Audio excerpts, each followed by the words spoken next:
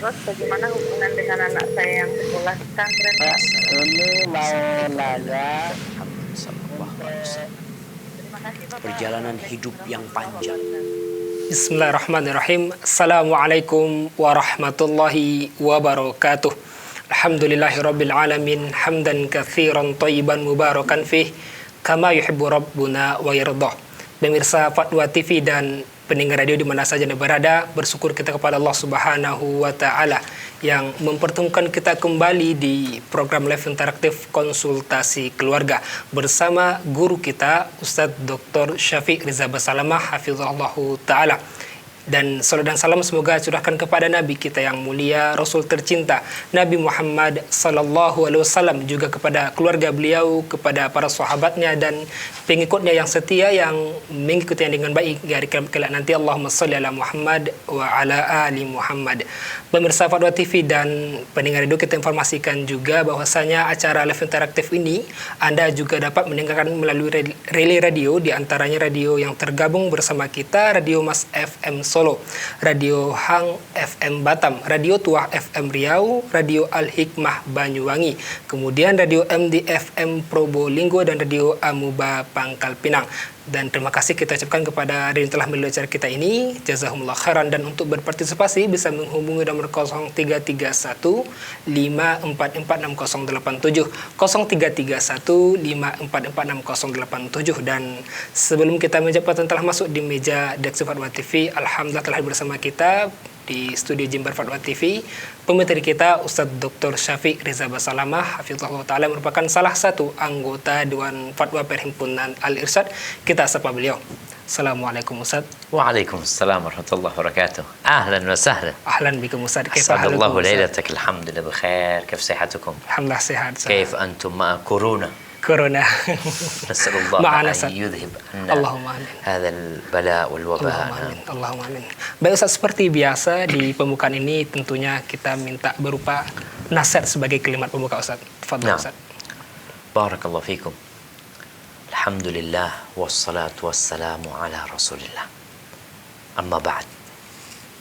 Seorang muslim hendaklah optimis menghadapi apa saja yang mungkin dalam pandangan dia itu musibah, hal yang berat untuk dilewati. Tapi Allah Azza wa Jalla telah mengatakan fa inna ma'al usri yusra. Inna ma'al usri yusra. Maka sesungguhnya bersama kesulitan itu ada kemudahan. Bersama kesulitan itu benar-benar ada kemudahan. Maka dalam masa menanti kemudahan itu datang, yang mungkin sebagian orang beranggapan cukup panjang nih, kita menanti COVID-19 ini pergi. Cukup lama kita menunggu vaksin itu datang. Enggak lama jemaah. Kullu ma huwa atin qarib.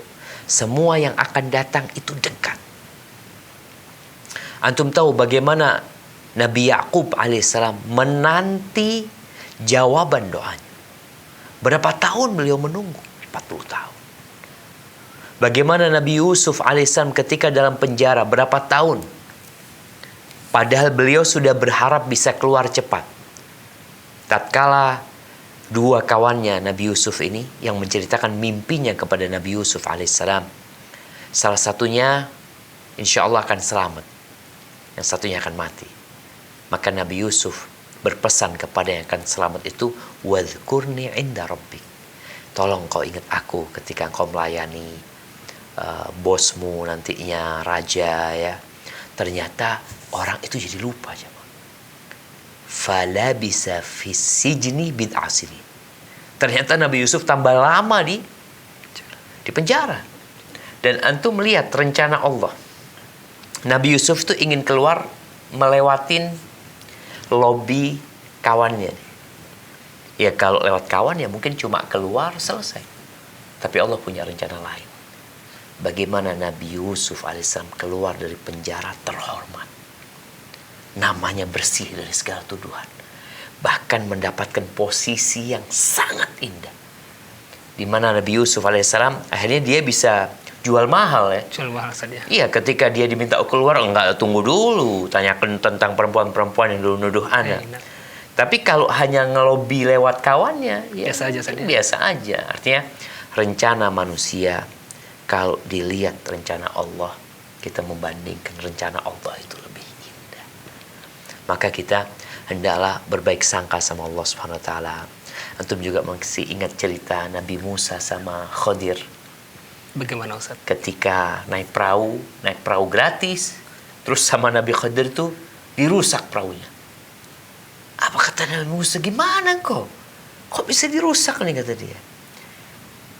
Mungkin yang punya perahu ketika ngelihat perahunya rusak, dia sakit hati. Marah saja. Marah, ini udah dikasih tumpangan gratis rusak. Tapi tatkala raja-raja mengambil perahu-perahu orang, perahu-perahu yang bagus, perahu dia selamat, baru dia mengatakan, alhamdulillah perahu Anda dirusak. Kalau enggak udah diambil gitu loh. Masya Allah. Maka ada rencana Allah yang kadangkala kita ini terburu-buru. Maka insya Allah para pemirsa ya, para pendengar radio juga, bismillah kita berbaik sangka sama Allah, yakin fa inna ma'al usri yusra. Bentar lagi datang tuh kemudahan dari Allah. Maka banyak-banyak istighfar, banyak-banyak bertaubat kepada Allah Subhanahu wa taala. Insyaallah wabah ini akan mengangkat derajat orang-orang yang bersabar dan menghapuskan dosa-dosa mereka. Hadza wallahu a'lam. Masya Allah, jazakumullah khairan Ustaz. Semoga di kesempatan ini semoga bermanfaat bagi kita semua. Baik pemirsa Fadol TV dan pendengar radio, untuk berpartisipasi bisa menghubungi nomor 0331 544687 0331 544687. Baik Ustaz, kita bacakan setelah masuk Ustaz. Ada dari Abu Nabila di Banten Ustaz. Ustaz, kami tinggal dekat dengan dua ipar laki-laki yang sudah menikah dan juga mertua. Setiap hari mertua meminta istri saya menyediakan makanan pagi, siang, sore. Tetapi tidak pernah minta kepada ipar-ipar saya.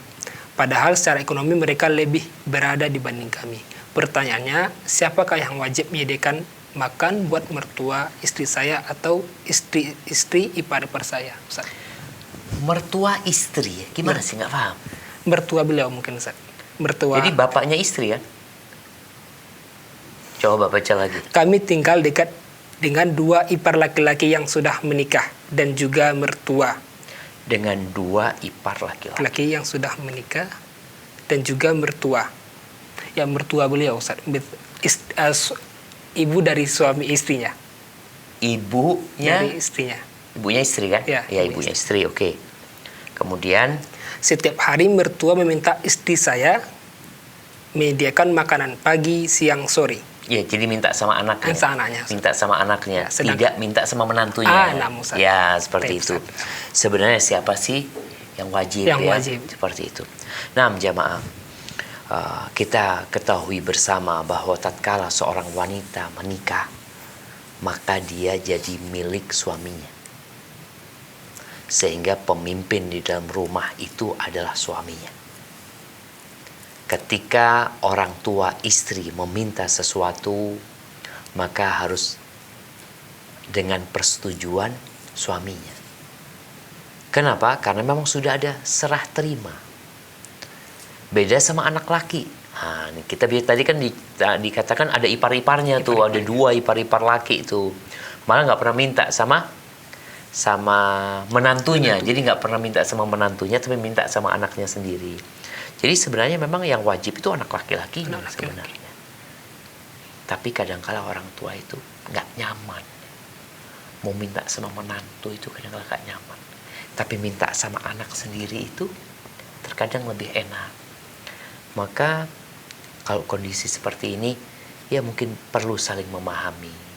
Bukan masalah kemampuan. Kalau dikatakan iparnya lebih mampu ini itu, cuma kadang-kadang memang orang tua nggak nyaman, atau ipar-iparnya itu memang kurang berbakti sama ibunya, sehingga ibu kadang-kadang mau minta sama anaknya daripada ribut. Alhamdulillah anak punya seorang putri yang soleha, yang insya Allah dia masih mau membantu ibunya, walaupun dengan segala keterbatasan kan. Kita tahu ketika sudah menikah ya dia ikut sama suaminya gitu. Maka Ana rasa kalau bicara hukum ya, yang wajib itu memang anak laki-lakinya. Dia punya kewajiban hal itu. Sedangkan anak perempuan ketika dia mampu dan suaminya memberikan izin, tafadhol, dia laksanakan hal itu sebagai bentuk kebaktian dia. Wallahu a'lam bishawab. Mungkin seperti Tapi yang harusnya kita harus berlomba-lomba saja untuk. Nah ini kan makanya tadi Anda bicarakan. Atau memang anak-anaknya ini nggak berbakti gitu, nggak berbakti.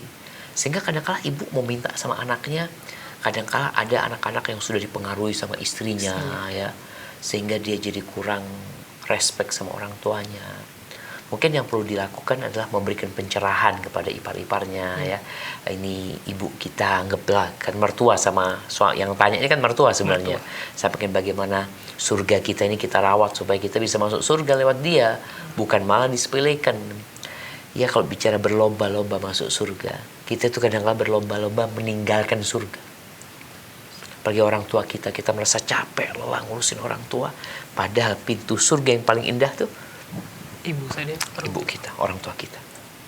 Cukup Barakallahu fikum. Jazakallah khairan atas cuma penjelasannya. Demikian yang bertanya, semoga bisa dipahami. Baik, sekarang kita terhubung bersama penelpon ya, Ustaz. Kita coba sapa. Tafadhal. Nah. Ya, Assalamualaikum Fatwa TV. Assalamualaikum Fatwa TV. Waalaikumsalam warahmatullahi wabarakatuh. Bersama siapa di mana? Sama Ibu Nur Fatimah di Ya. Kerinci, Pak. Silakan Ibu. Kerinci, Sumatera. Kerinci, Sumatera, Riau, Ustaz. Dekat Masya Riau. Allah. Nah, tafadhal Ibu. Jambi, Ustaz. Jambi. Di Jambi ya. Assalamualaikum warahmatullahi wabarakatuh, Pak Ustadz. Waalaikumsalam warahmatullahi wabarakatuh. Saya mau nanyakan ini Pak, masalah saya nih. Saya punya anak tuh, tapi anak bawaan suamiku tuh perempuan. Tapi sudah lama kali Pak, berhubungan sama anak laki-laki. Tapi disuruh nikah tuh Pak, susah kali Pak. Gimana caranya? Umur berapa sudah Ibu?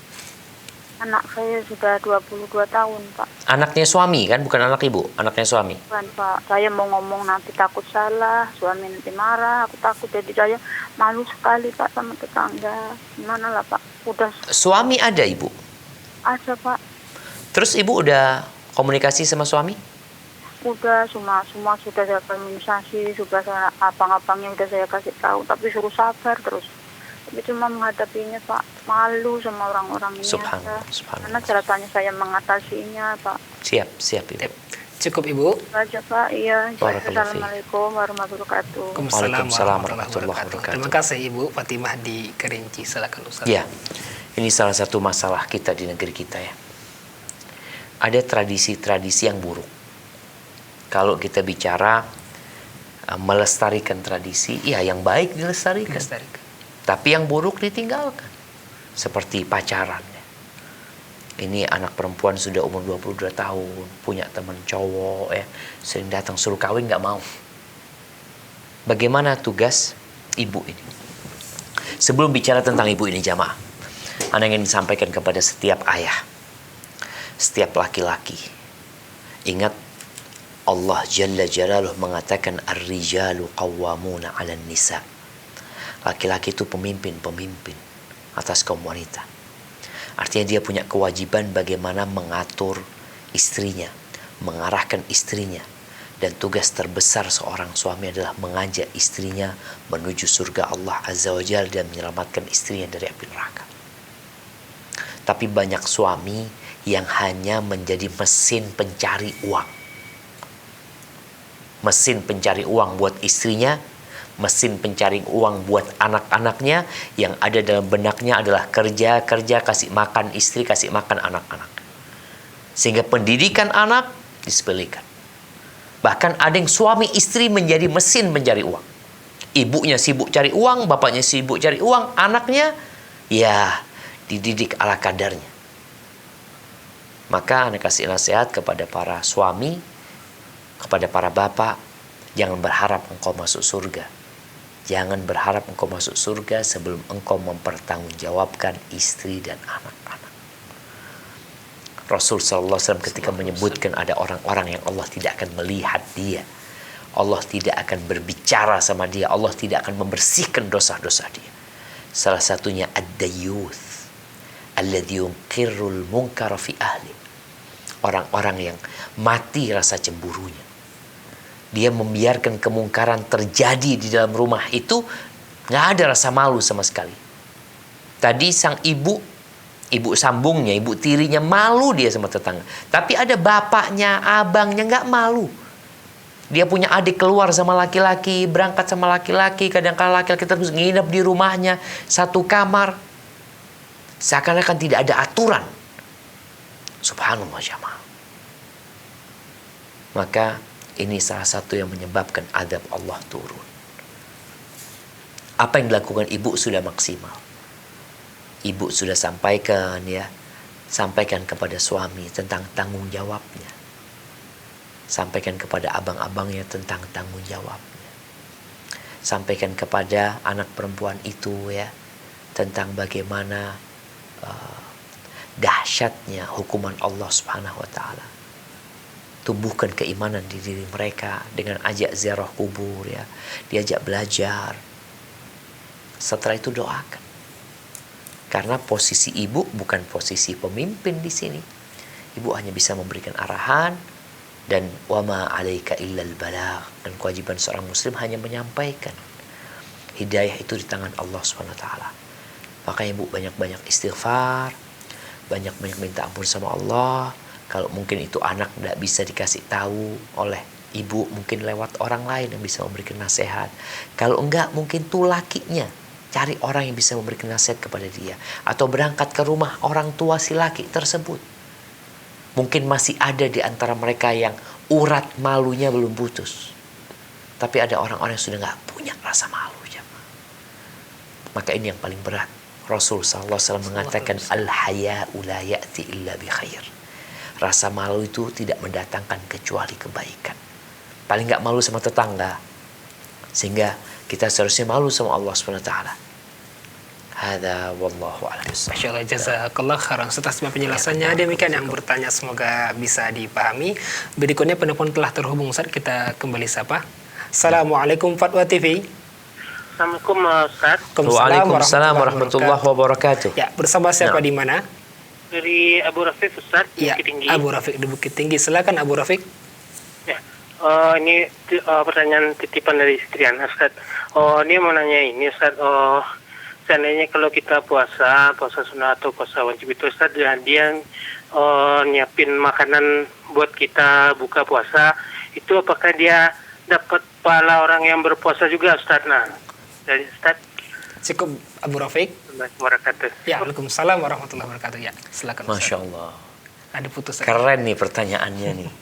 Iya. Wallahu a'lam bishawab. Ana nggak tahu. Tapi yang jelas kalau kita lihat hadis Nabi alaihi salatu wassalam, man fattara sha'iman falahu mithlu ajri. Barang siapa yang memberikan buka orang yang berpuasa. Memberikan buka ini artinya sesuatu untuk berbuka dia. Maka dia akan mendapatkan pahala seperti orang yang puasa. Pernah seorang syekh ditanya, siapa sih yang memberikan berbuka itu? Kadang-kala di masjid ya, antum lah mahasiswa di STD ini, kadang-kala kan antum jadi panitia, tapi antum bukan yang mendonasikan buka itu, antum hanya ngangkat-ngangkat ya, kadang-kala kita yang membungkusnya, macam-macam lah. Insya Allah semua akan dapat bagian pahala gitu loh. Allah itu karim. Kalau ditanya, anak bagiannya berapa? Anak kan yang ngangkat gitu loh. Seperti itu. Jadi insya Allah apabila seorang wanita mempersiapkan berbuka untuk suaminya, mempersiapkan berbuka untuk anak-anaknya, dan dia berharap pahala dari Allah Subhanahu wa taala, insya Allah dia akan mendapatkan bagian pahala. Berapa bagiannya Allah yang tahu. Soalnya kadang-kala kan yang beli kurmanya suami, ya kan? Sahih. Yang beli esnya suami, istri hanya menyediakan gitu loh. Semua suami istri yang memasak. Jadi insya Allah pahala itu hitungannya nanti pada hari kiamat itu bukan pakai apa ya, bukan pakai gram. Yang di bawahnya gram-graman, nanti timbangan Allah itu sangat sensitif sekali. Allah mengatakan wa nada'ul mawazinal qista liyaumil qiyamah fala tudlamu nafsun syai'an wa in kana mithqala habatin min khardalin ataina biha wa kafa bina hasibin, ya. Sebesar biji sawi pun yang mungkin kalau ditimbang nggak kelihatan, itu Allah akan datangkan itu. Jadi perhitungan Allah sangat detail sekali, khususnya untuk kebaikan. Kalau keburukan, ya Allah sering memaafkan gitu ya. Insya Allah semoga istri Abu Rafiq tadi ya, Abu Rafiq itu mendapatkan pahala sesuai dengan kelelahan dia. Memang Nabi SAW itu telah memberikan beberapa pencerahan tentang hisab nanti pada hari kiamat. Salah satunya, semua akan mendapatkan sesuai dengan kelelahan yang dia dapatkan. Nabi SAW mengatakan kepada Aisyah ketika itu dia sa'i atau apa, naik kendaraan, naik onta. Yang jalan kan beda sama naik onta. Maka dikatakan innama ajruki ala qadri nasabiki wa ta'abaki, atau ala qadri nasabiki wa nafaqatiki. Pahalamu itu sesuai dengan nafkah yang kau keluarkan dan kelelahan yang engkau dapatkan. Insya Allah seperti itu. Jadi semoga istri Abu Rafiq tetap mendapatkan pahala sesuai dengan ya kelelahan dia. Barakallahu fiikum. Jazakallah khairan atas coba penjelasannya. Demikian yang bertanya, semoga bisa dipahami. Baik, berikutnya penelpon yang telah terhubung kembali saat kita coba sapa. Masya Allah. Nah. Penelpon berikutnya. Assalamualaikum Fatwa TV. Waalaikumsalam. Ya, bersama siapa di mana? Mau nanya sama Ustaz Syafiq. Ya, ini bersama Ibu siapa di mana? Nah, silahkan Ibu. Ustaz. Ya, silakan Ibu. Ustaz. Nah. Ibu, volume televisi dikecilkan dulu, Ibu. Volume TV. Ya, dikecilkan dulu, Ibu. Ya, kecilkan. Ya. Silakan pertanyaannya. Ini Ustaz, sudah 1 tahun cerai sama suami, Ustaz. Nah. Tapi selalu diganggu, selalu apa tuh namanya Ustaz, di sihir Ustaz. Jadi sama anak-anak juga diganggu. Anak-anak biasanya kan baik-baik, kadang-kadang datang saja masalah gitu. Anak-anak ikut ibu? Selalu ya Ustaz. Anak-anak ikut ibu? Ya, anak-anak ikut. Kadang-kadang ada masalah dia perang sendiri gitu. Enggak ada masalah, dia ada aja masalah gitu. Jadi sering ruqyah setiap hari, malam-malam nih doa Ustaz. Jadi apa jadinya tuh Ustaz? Kadang-kadang kita ini apa tuh namanya? Berdoa yang buruk lagi gitu Ustaz, malam-malam. Sering disihir Ustaz. Iya Bu. Iya. Cukup Ibu. Ya Ustaz. Siap insyaallah. Ya, terima kasih Ibu yang ada di Sumatera Barat. Silakan Ustaz. Iya. Ini masalah perceraian ya. Sekarang ini dengan corona ini banyak perceraian juga katanya. Jamaah rahimakumullah ya. Buat kaum muslimin dimanapun antum berada, semoga kita sadar bahwasanya semua pertemuan itu akan berakhir dengan perpisahan. Kalau tidak berpisah dengan perceraian, maka akan berpisah dengan kematian. Kita akan berpisah. Tapi kalau bicara perceraian ini sesuatu yang sangat dicintai oleh iblis. Walaupun diperbolehkan dalam agama karena ada maslahatnya. Perceraian yang sesuai dengan sunnah, perceraian yang sesuai dengan prosedur yang telah ditetapkan dalam Islam ini, insya Allah dampak negatifnya kecil. Bahkan mungkin dampak itu hilang. Tapi kalau perceraian itu tidak sesuai dengan aturan, maka iblis berbahagia. Iblis itu sebelum dua insan ini menikah, dalam kondisi mereka pacaran, biasanya iblis itu terus akan menggodain agar dua manusia ini berzina. Ketika mereka berzina, mereka menikah, iblis datang lagi dengan bala tentaranya, bagaimana dua orang yang sudah menikah ini bercerai. Itu terjadi. Sehingga iblis sangat gembira sekali kalau dua orang ini berpisah. Ketika dua orang yang saling mencintai dahulunya berpisah, bukti saling mencintai ini tadi sampai punya anak, ya alhamdulillah. Artinya mungkin ibu itu menikah bukan setahun 2 tahun, cerainya baru setahun, tapi mungkin menikahnya sudah bertahun-tahun dan anak sudah gede-gede, udah besar-besar ya. Kemudian terjadi perceraian. Mungkin suami nggak terima. Kalau memang benar dari pihak keluarga suami mengganggu. Seharusnya yang ibu lakukan adalah ketemu sama mertua, ketemu sama suami, duduk bareng-bareng sama mereka.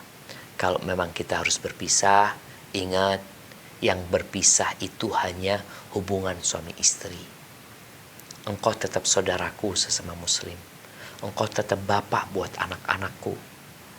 Jadi ibu harus datang ke sana ya untuk menyelesaikan masalah ini. Kalau memang pihak sana mungkin mereka menyimpan dendam atau apa macam-macam kepada keluarga ibu, maka hendaklah sekarang memperbaiki hubungan. Allah Azza wa Jal menyuruh kita untuk wa aslihu dzata bainikum, perbaiki hubungan antara kalian yang mungkin rusak gara-gara perceraian tadi, yang seharusnya perceraian itu membuat kita sadar bahwasanya ada hari-hari indah yang pernah diadakan antara dua manusia ini. Maka selain tadi ibu meruqyah diri sendiri ya, membaca doa minta sama Allah SWT, mungkin juga tadi doanya sudah minta keburukan buat suami atau keluarga suami, maka rasa salah satu langkah yang perlu dilakukan adalah memperbaiki hubungan. Islah. Kan damai sudah bertikai ini. Damai saja. Berdamai. Ya innamal mu'minuna ikhwatun. Fa aslihu baina akhwaikum. Ya udah, kalau memang ada masalah yang harus diselesaikan, Anda nasihatkan ibu cari orang yang bisa mendamaikan. Bukan mendamaikan untuk rujuk, bukan. Karena mungkin memang udah nggak mau rujuk. Oke.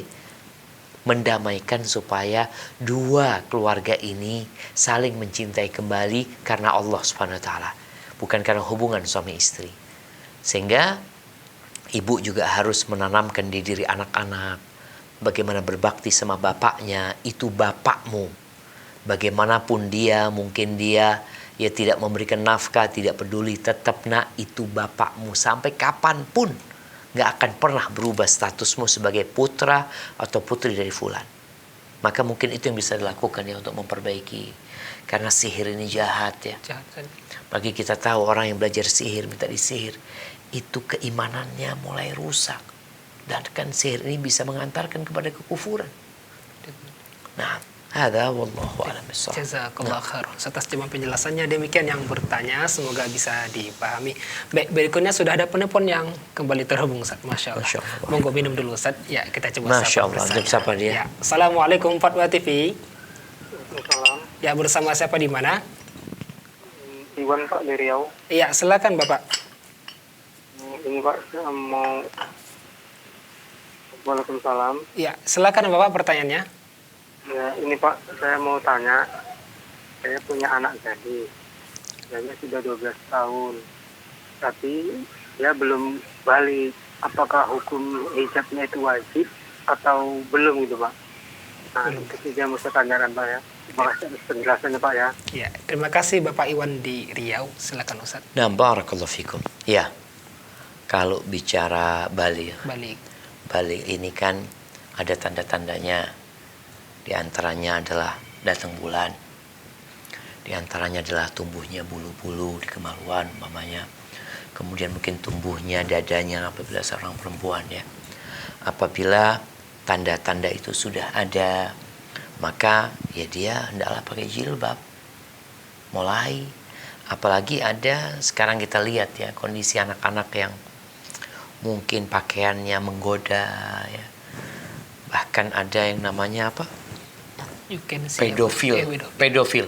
Orang-orang yang suka sama anak-anak ya. Nih, hati-hati buat orang tua. Jaga anaknya, pergaulannya dilihat. Jadi kalau anak bapak dikatakan belum balik, memang kalau belum balik, belum wajib tuh. Karena kewajiban menutup aurat pakai jilbab itu adalah ketika sudah balik. Kalau belum balik, belum wajib.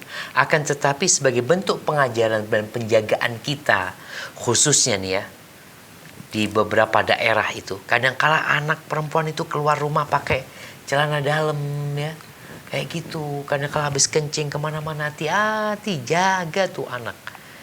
Mungkin kita bicara memang belum wajib buat dia, tapi kita menyelamatkan dia dari serigala-serigala, dari orang-orang yang imannya lemah, dari orang-orang yang berpenyakit hatinya. Itu kewajiban orang tua.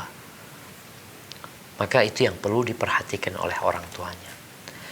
Hada wallahu a'lam.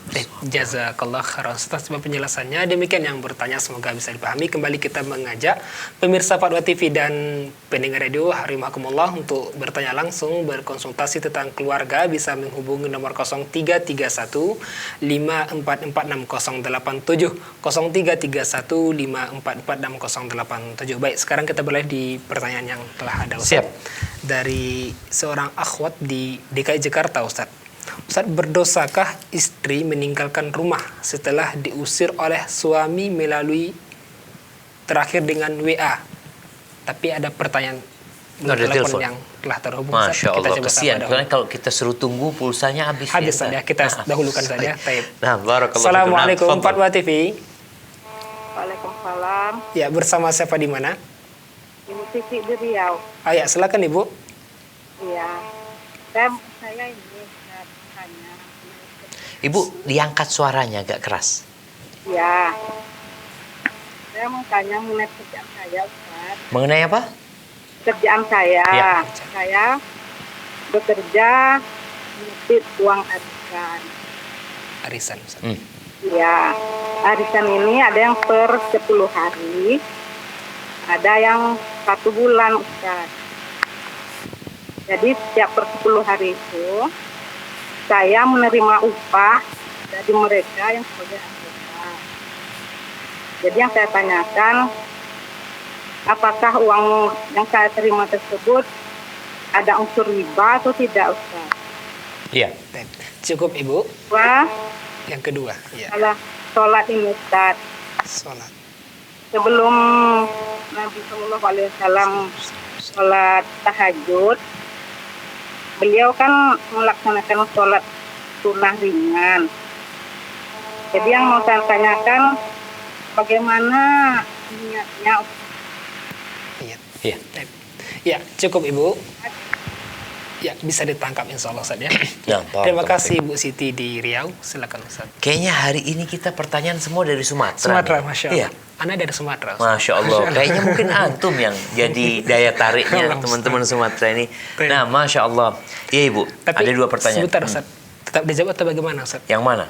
Ini kan berkaitan dengan fikih gimana Ustaz? Tetap dijawab saya, insyaallah. Ya kalau Anda bisa najab, kalau enggak wallahu a'lam. Silakan Ustaz, Masya Allah. Ya berkaitan dengan tadi arisan. Arisan, Memang hukum arisan sendiri mungkin ada khilaf di antara para ulama. Tapi hukum yang lebih kuat insya Allah boleh arisan itu sebenarnya utang. Utang mereka itu. Nah, kalau sekarang ibu itu dapat upah karena bekerja ngumpulin uangnya ya, maka akadnya itu upah. Dia mendapat upah nggak ada masalah.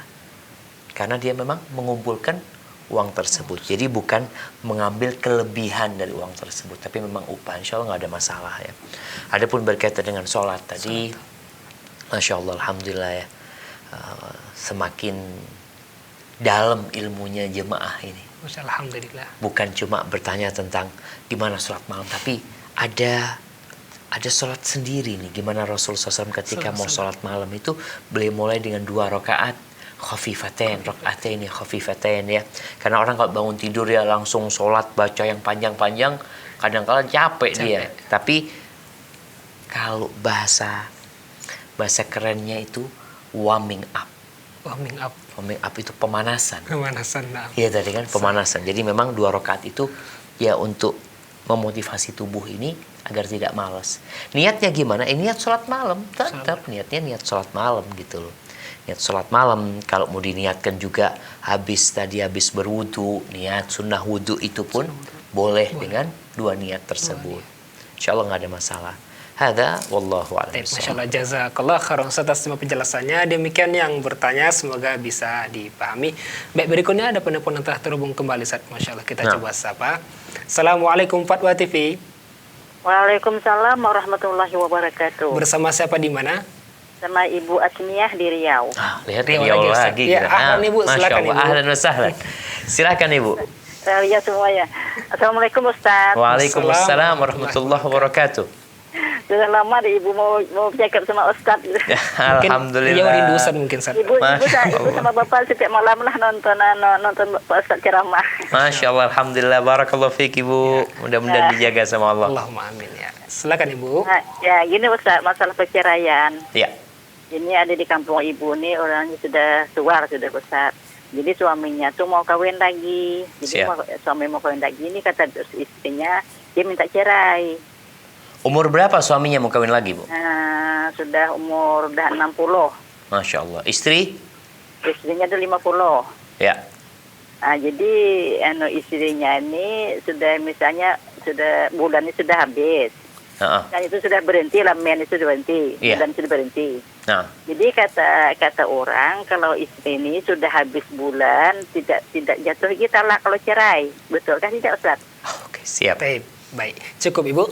Ya itu aja Ustaz ya. Nah, barakallahu fiik Ibu. Assalamualaikum warahmatullahi wabarakatuh. Terima kasih Bu Asniah di Riau. Mungkin mereka rindu Ustaz. Masya Allah Riau. Jadi kita insya Allah mudah-mudahan bisa segera ke Sumatera lagi kita ini. Corona ini pergi insya Allah. Tapi barakallahu fiik. Dengan tadi ada bapak-bapak tua. Karena istrinya udah gak datang bulan ya. Mungkin juga ya sudah biasanya perempuan kalau menopause itu hasrat dia untuk bercinta kadang-kala udah lemah ya. Sehingga suami kadang-kala ingin nikah lagi. Jadi masalah si perempuannya gugat cerai, minta diceraikan.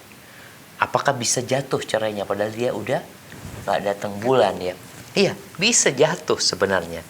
Hanya saja yang terjadi itu masalah iddahnya. Di surat At-Talaq Allah mengatakan wallai ya'isna minal mahidi min nisaikum. Iya, ayatnya gitu. Wallai minal mahidi min nisaikum. Wallai ya'isna minal mahidi min nisaikum. Wallai ya'isna minal mahidi min nisaikum wala mana kita jadi lupa kita Ibu ayatnya ini. Tunggu Bu anak-anak biar nggak salah. Di surat At-Talaq ya. Bismillah. Nah, wallai ya'isna minal mahidi min nisaikum in irtabtum fa'iddatuhunna 3 ashhurin wallai lam yahid. Jadi perempuan-perempuan yang udah nggak datang bulan lagi itu masa iddahnya adalah 3 bulan. Begitu pula perempuan-perempuan yang belum datang bulan kalau diceraikan. Jadi itunya aja yang berbeda. Memang ketika perempuan itu masih datang bulan, sunnahnya itu dia diceraikan pada waktu suci belum dikumpulin. Ketika perempuan itu dicerai dengan cara bid'ah. Jadi ada tolak bid'i, ada tolak sunni. Tolak bid'i itu adalah menceraikan istri dalam kondisi dia datang bulan. Itu termasuk cerai yang bid'ah. Menceraikan istri dalam kondisi suci dan sudah dikumpulin.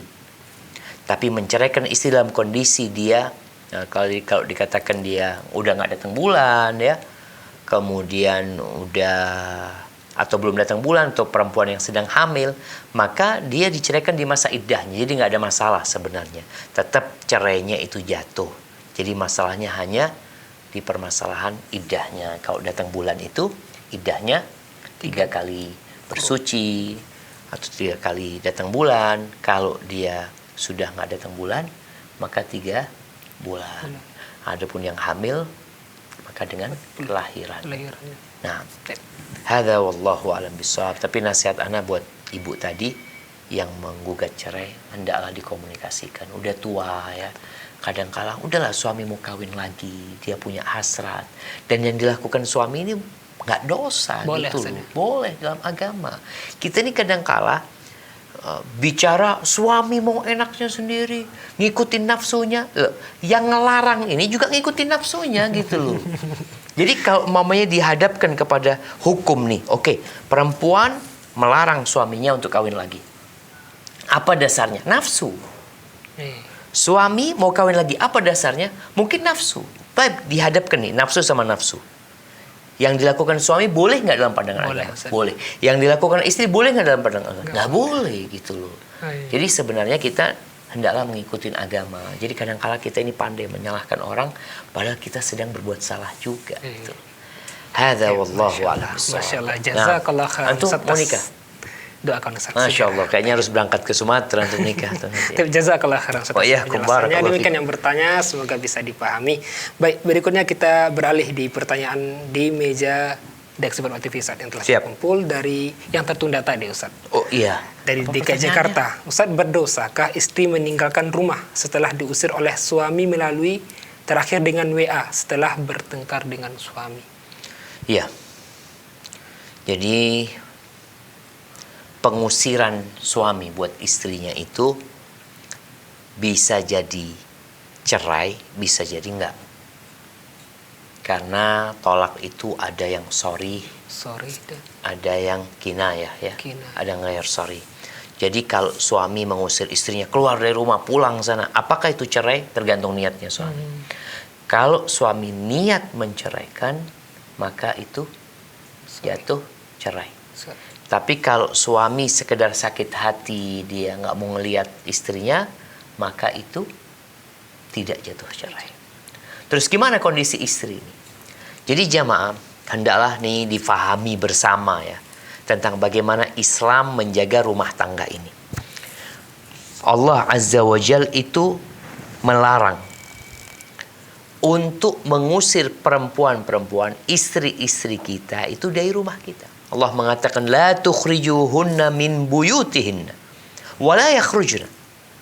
Jangan diusir tuh perempuan-perempuan itu, dan jangan juga mereka keluar dari rumahnya illa ayatina bifahishatin mubayyinah. Ini dalam kondisi diceraikan, dalam masa iddahnya itu dia nggak boleh diusir, dia juga nggak boleh keluar kecuali dia melakukan perbuatan zina. Beda lagi nih hukumnya. Maka tugas seorang perempuan bertahan di rumahnya. Tapi kalau ternyata Ustaz, anak kalau di rumah ribut terus sama suami, semoga dengan anak pulang sebagaimana keinginan suami, dia keluar rumahnya, dan suami berdosa dengan dia mengusir istrinya, maka dia hendaklah menjemput istrinya. Kalau bicara kesalahan dari dia ini tuh, iya, Allah menyuruh suami ini untuk menggauli istrinya dengan cara yang baik. Wa'ashiruhunna bil ma'ruf. Pergauli istri-istri kalian dengan cara yang baik, dengan cara yang ma'ruf. Fa in karihtumuhunna. Sampai kalau kalian benci sama istri kalian. Nih, suami sakit hati sama istrinya. Apakah serta-merta dia memukul istrinya, mengusir istrinya? La. Fa in karihtumuhunna fa'asa an takrahu syai'an wa yaj'alallahu fihi khairan katsira. Bisa jadi kalian membenci sesuatu, di balik itu Allah menjadikan kebaikan yang banyak. Maka untuk para suami istri, ketika ada keributan, kata-kata cerai itu tolong disimpan, kata-kata usir mengusir itu disimpan. Kalau memang ada kesalahan, ya umpamanya istri berbuat salah yang mungkin harus diperbaikin, ya diperbaiki dengan dikasih nasihat. Atau nanti kalau nggak mau bisa dengan bisa ranjang ya. Ada banyak jalan untuk memperbaiki istri, tapi suami harus sabar. Dan bagi sang istri, usahakan nanti tidak keluar dari rumah nanti. Kecuali dalam kondisi yang memang itu tadi. Kalau nggak keluar, dipukulin sama suami, ya keluarlah dari rumahnya. Barakallahu fiik. Jazakallah khairan atas jawaban penjelasannya. Demikian yang bertanya, semoga bisa dipahami. Dan sekarang kita beralih ke penelpon yang telah menunggu saat yang telah terhubung bersama kita. Kita coba sapa. Assalamualaikum Fatwa TV. Waalaikumsalam warahmatullahi wabarakatuh. Ya, bersama siapa di mana? Dengan Pak Munas dari Riau lagi. Masya Allah, bener nih gitu nih. Mana tahu. Kayak anak takut channelnya Fatwa TV ini cuma dilihat di Riau mungkin Pak. Masya Allah. Ahlan wa sahlan, apa kabar Bapak? Gimana, sehat? Alhamdulillah. Silakan Bapak. Silakan Bapak Monas. Dengan Ustadz Syafiq Rizani sudah lama tidak berjumpa. Masya Allah. Kita memang lama nggak ke Riau ini kayaknya Pak. Iya, di Delima nih, jalan Delima. Masya Allah. Insya Allah mudah-mudahan bisa sampai sana kita nih Pak. Ya, mudah-mudahan. Ya, silakan Bapak pertanyaannya. Mau nanya nih, Silahkan. Nah. di dalam Al-Quran surah An-Nisa akan ada tuh ayat yang mengatakan membolehkan seorang suami membolehkan memukul istri. Wadribuhunna. Nah. Seperti apa terjemahan ataupun tafsirnya surat itu, Ustaz? Siap. Masya Allah. Siap. Masya Allah. Cukup Bapak. Bagaimana cara memukulnya tuh? Nah, Bapak memukul istri ceritanya. Ya, karena ada orang yang bertanya dengan saya seperti itu. Siap, betul. Baik Bapak, bisa Ya. ditangkap Bapak. Nah. Cukup Bapak ya. Siap Pak Monas. Ya. Terima kasih Pak Monas di Riau. Silakan Ustaz. Ya, pertanyaan yang menarik ini Masya Allah. sebenarnya. Karena di negeri kita tahu memukul istri itu masuk KDRT. Sehingga bisa dilaporkan suami dipenjarakan sama istrinya gitu loh. Ya Allah Azza wa Jal ketika memberikan arahan kepada suami dalam rangka memperbaiki istrinya. Tadi yang Bapak sebutkan di surat An-Nisa, insyaallah ayat 35. Allah mengatakan fa'idhuhunna wallati takhafuna nushuzahunna fa'idhuhunna. Perempuan-perempuan yang dilihat gelagatnya nggak nurut sama suami, ya, nggak mau taat dan patuh sama suami, yang dilakukan suami bukan memukul, bukan, tapi memberikan nasihat. Berikan nasihat dengan cinta. Kadangkala suami ini memberikan nasihat dengan emosi. Emosi itu membuat nasihat kadangkala tidak tersampaikan. Apalagi dengan suara yang lantang, wajah yang garang, ya. Akhirnya sang istri dengarkan nasihat itu nggak nyaman. Bahkan dalam benak dia, aku mau pisah aja sama suami. Jadi dia bukan berpikir untuk memperbaiki diri, tapi dia berpikir untuk berpisah sama suaminya. Tapi ketika seorang suami memberikan nasihat kepada istrinya dengan cinta dan kasih sayang. Bayangkan Rasul SAW ketika hendak memberikan nasihat kepada seorang sahabat, beliau itu mengatakan, Wallahi inni uhibbuka, demi Allah aku cinta kepadamu. Ini kunci yang membuka hati untuk menerima nasihat. Jadi kadang-kadang orang melihat pukul, tunggu dulu, belum pukul ini ada tahapan-tahapannya. Berikan nasihat, fa'idhuhunna. Udah dikasih nasihat dengan cinta dan kasih sayang, bahkan dikasih hadiah, nggak mau istrinya. Kemudian apa yang dilakukan suami? Wahjuruhunna fil madaji. Pisah ranjang. Jadi seorang perempuan ini kadangkala tidak menerima nasihat suami. Dalam bayangan dia suaminya butuh sama dia. Buktinya apa? Pagi dimarahin, malam dikumpulin. Maka sang istri akhirnya bertindak semena-mena, merasa di atas angin dia. Dia menang. Bagaimanapun suaminya akan nurut sama dia umpamanya. Marah-marah tetap nanti akan dikumpulin. Maka cara yang kedua adalah tidak mengumpulin istri. Di ranjang itu kasih punggung sama istri. Istrinya deket-deket, bapak baca Quran. Sana. Baca Quran. Ini bentuk untuk menunjukkan keseriusan kita memperbaiki kesalahan istri. Setelah itu Allah mengatakan wadribuhunna, pukullah mereka. Artinya kalau memukul itu ada manfaatnya. Bukan malah bermudarat suami di penjara tadi. Ketika ada manfaatnya pukul. Tapi memukul yang tidak mememarkan, yang tidak mematahkan tulang. Bahkan Nabi SAW mengatakan wala tadribil wajha wala tuqabbih. Engkau jangan memukul wajah istrimu dan jangan menjelek-jelekkan istrimu. Karena ada suami kalau marah, kebun binatang keluar dari mulutnya. Kadangkala isinya toilet keluar dari mulutnya, na'udzubillah min dzalik. Maka ini cara Islam. Jadi memukul itu tatkala memang ada manfaatnya.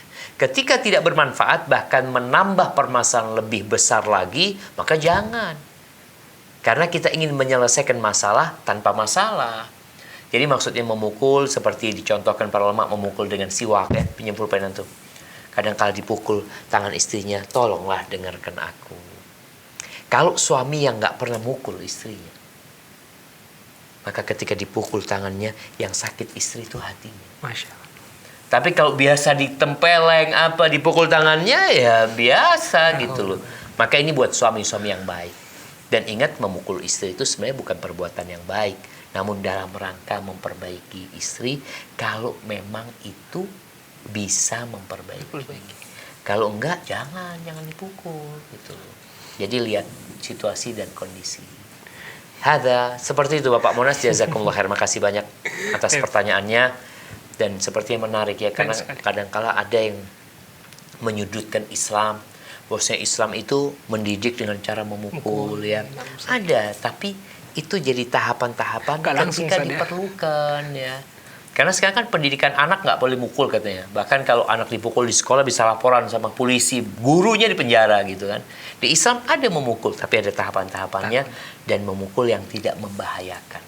Hadza wallahu Masya Allah, a'lam. masalah jazakallah khairan Ustaz atas jawaban penjelasannya. Demikian Bapak Monas di Riau, semoga bisa dipahami. Baik, berikutnya penelpon yang telah terhubung kembali kita coba sapa Ustaz. Nah, Assalamualaikum Fatwa TV. Assalamualaikum Fatwa TV. Waalaikumsalam. Ya, bersama siapa di mana? Sama Umu Salsa di Riau. Riau lagi, Masya Allah. Ahlan wa sahlan. Silakan Ummu Salsa. Naam. Assalamualaikum. Waalaikumsalam warahmatullahi wabarakatuh. Tafadhali Umma Salsa. Di Riau. Ya, Ibu Ya, volume kita telepon kayaknya digeser diborong dulu. orang Riau sekarang ini Umma Salsa. Ini pertanyaan Ustaz. Nah, Bagaimanakah hukumnya kalau menikah? Ya, silakan lanjutkan Ibu. Assalamualaikum Pak Ustaz. Waalaikumsalam warahmatullahi wabarakatuh. Ya Ibu, gimana hukumnya menikah? Menikah walinya jauh melalui handphone gitu Pak Ustaz. Bagaimana Iya. hukumnya itu? Siap. Cukup, Nah, Ibu. Barakallahu fiik. Cukup. Iya, terima kasih Ummu Salsa di Riau. Barakallahu Ustaz. fikum. Ya. Ya, memang menikah dengan teknologi yang ada sekarang ada khilaf di antara para ulama ya. Ada di antara mereka yang tetap mengharuskan hadir di majelis tersebut. Namun kalau kita ngelihat telepon, apalagi sekarang ada video call, yang insya Allah semua itu menjadi sarana yang menyebabkan majelis itu tetap satu majelis gitu loh. Dimana walinya ditelepon, menantunya ada di sini, kemudian saksinya ada, dan dipastikan bahwa yang memang yang berbicara itu walinya. Wali. Dan dipastikan juga yang menerima itu adalah menantunya. Soalnya kadangkala anak pernah ceritakan dulu di Arab ya, di Medina itu kan banyak pembantu-pembantu atau TKW yang di sana mau menikah, tapi kan walinya di Indonesia. Terkadang ada oknum-oknum ini yang ngomong itu kawannya bukan walinya. Ya, saya nikahkan kamu sama putri saya loh. Maka di sini para ulama menyebutkan rawan dengan adanya penipuan di sana. Tapi ketika semua ada jaminan kevalitan orang-orang yang menikah ini, insya Allah nggak ada masalah. Dan bisa diwakilkan juga kalau memang umpamanya dia bapaknya ini walinya dari Jakarta, kemudian dia bikin surat kuasa ya, diwalikan kepada fulan, sehingga di sana nggak online tapi bisa langsung gitu. Tapi mau online pun silahkan, nggak ada masalah, asalkan ada kepastian tidak ada penipuan di sana. Hada wallahu a'lam bishawab. Jazakallah khairan atas jawaban penjelasannya, terlebih di masa pandemi ini Ustaz ya. Nah, kalau pandemi ini kan nggak boleh deket-deketan. Tapi gimana suami istri nggak boleh deket-deketan juga, jauh-jauhan online gitu. Baik Ustaz, terima kasih Ustaz atas jawaban penjelasannya. Demikian yang bertanya di Riau, semoga bisa dipahami. Berikutnya kita bacakan soal dari Siap. media sosial Ustaz. Dari Riau lagi nih Ustaz.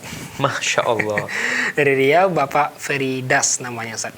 Bolehkah uang dan harta orang tua kita yang sudah menurun daya ingatnya Ustaz, kadang normal, kadang tidak normal, diberikan kepada anak yang membutuhkan atau orang miskin Ustaz? Ya. Barakallahu fikum. Yang pertama, berkaitan dengan orang yang hilang akalnya. Ada orang yang hilang akalnya, gila, dia punya harta. Maka harta itu perlu dijaga. Apalagi ini orang tua, kadang-kala ingat, kadang-kala tidak. Jadi nggak boleh keluarganya itu menggunakan harta itu tanpa izin orang tua. Dijagain nih. Itu harta orang tua. Namun ada kewajiban-kewajiban yang harus dikeluarkan. Kewajiban yang harus dikeluarkan umpamanya zakat, ya tetap dikeluarkan. Terus ketika orang tua sadar, baru orang tua bisa menentukan duitnya mau diapain. Tapi ketika dia nggak sadar, tugas keluarga itu menyelamatkan hartanya ini. Menjaga harta tersebut. Kalau bisa harta itu dikembangkan. Bahkan sebenarnya mengatakan dianjurkan supaya harta itu nggak habis. Kan kalau hanya untuk biaya makan apa, kota listrik bisa habis gitu loh. Sedangkan dia sudah akalnya udah nggak ada gitu, maka dikembangkan.